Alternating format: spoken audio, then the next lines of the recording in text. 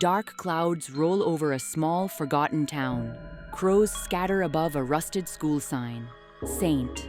Elora's boarding school, established 1899. Below it, faded photos of missing children flutter in the wind. One photo is new. A boy's name is written in smudged ink. Aaron Fielding, age 13, last seen after sunset. A whisper fades in the background. No one stays after sunset. Not twice. The car rattled up the gravel driveway. Aaron pressed his forehead to the window, peering at the crooked clock tower of St. Elora's. It pointed to 3:17, but the sun already hung low, strangely amber. Beside him, Lila, his older sister, gripped his hand. Her grip trembled, not from cold, from something heavier. Their eyes met briefly, a silent promise exchanged. As Aaron climbed the stone steps, a broom clattered. A hunched man with paper-thin skin and cloudy eyes stepped from the shadows. Mr. Greaves leaned close. His breath reeked of rusted pipes and moldy apples. He didn't speak, but pressed a rusted key into Aaron's hand. A small tag dangled from it. Do not stay after sunset. Then the man vanished into the basement like mist dissolving into stone. That night, Aaron sat across from his dad in their tiny kitchen. Steam from the soup curled toward the ceiling. The silence was thick. His father stared blankly at a news clipping pinned to the fridge. 4 students missing from St. Elora's, no evidence found. Aaron finally looked up. His father's spoon paused midair. Then, without a word, he reached over and gently turned the kitchen clock to face the wall. The next evening, curiosity became gravity. Aaron and Lila crept back toward the school, dusk bleeding across the sky. Dry leaves whispered under their feet. The gate creaked open with an unnatural groan. Inside, the hallways were breathless. Shadows danced like they had lives of their own. The clock tower struck 6, but no chimes followed. Just silence. And then, whispers. Distant. Unearthly. As they turned the corner, a flashlight blinded them. Ms. Calder, their stern literature teacher, emerged from behind a column. She wasn't angry. She looked terrified. Her hands trembled as she showed them her notebook, filled with sketches of each missing child. And in the corner, Aaron's face, drawn in red ink. She whispered something only Aaron heard. His knees weakened. She knew. Lured by whispers, Aaron wandered into the abandoned library. The book smelled of mildew and secrets. A breeze curled the pages of an open volume. Then, silence shattered, books flew, chairs toppled. In the reflection of an old cabinet, Aaron saw it. A pale, eyeless figure. Watching. Waiting. It didn't move. But its presence filled the room like drowning fog. Aaron backed away slowly. A single whisper echoed, "You saw the key." Back in the hallway, Aaron gripped Lila's arm and led her to a wall near the old auditorium. The key fit a barely visible slot. The wall groaned and slid back, revealing a cold stairwell beneath the school.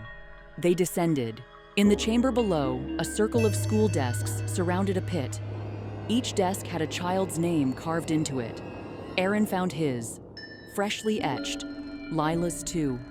A dusty book lay open nearby, Latin phrases, symbols, and a list titled Sacrifices for Protection. They ran back up. The halls were alive now, walls pulsing, doors slamming on their own.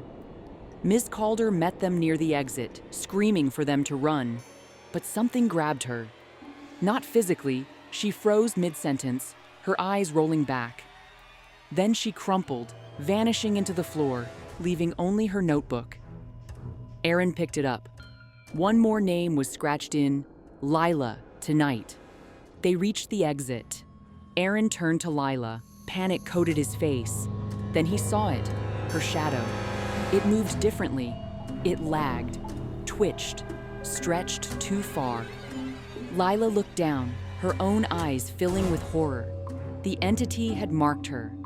Aaron remembered the notebook. The ritual was chosen by bond. Siblings were the key. He stepped into the fading sun, clutching her hand, but she stopped, couldn't cross. A tear rolled down her cheek. She let go and stepped back. The doors slammed shut behind her. Aaron screamed, pounding the wood, but it was over. Through the frosted glass, he saw her silhouette dissolve, slow as ash. The clock tower struck 7. The chime echoed like a funeral bell. That night, St. Alora's lost one more child, but not to disappearance, to sacrifice. Days later, Aaron stood at the school gate. Mr. Greaves swept nearby, pretending not to notice. Aaron walked over and handed him the notebook. Their hands touched. Mr. Greaves looked down at it, then back up. This time, his eyes were clear. Less fog, more sorrow. He nodded once and whispered, "She saved the rest. For now." Months passed. The school remained. No new vanishings, no new names. But Aaron kept the rusted key. Sometimes, at sunset, he'd hear soft knocking behind his bedroom wall. 3 slow taps. Tap, tap, tap. And once, a whisper in Lila's voice, "Don't come back." The bus rumbled away from the town, its taillights blinking like fading stars in the thickening dusk. Inside, Aaron sat alone by the window, his breath fogging up the glass. He wiped it with his sleeve and stared back at the distant silhouette of St. Alora's school, barely visible against the horizon. The crumbling clock tower loomed like a crooked finger scratching at the sky. Its rusted hands pointed to 6:59 p.m., unmoving, timeless. In his lap, Aaron clutched the rusted key, now cold and silent. He didn't speak. He hadn't for weeks. As the sun slipped fully behind the hills, a shadow passed over his reflection in the glass, subtle, fleeting, but real. 3 soft taps echoed inside his head. Tap, tap, tap. His eyes widened. Then, from the fog on the glass, letters began to appear, written as if by an unseen finger.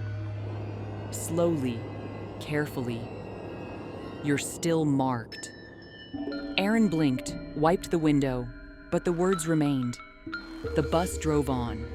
Behind him, the school sat in silence, but inside its halls, a light flickered on. Then another. Then the sound of soft footsteps, bare, small, familiar. And somewhere, from deep within the walls, a voice whispered his name.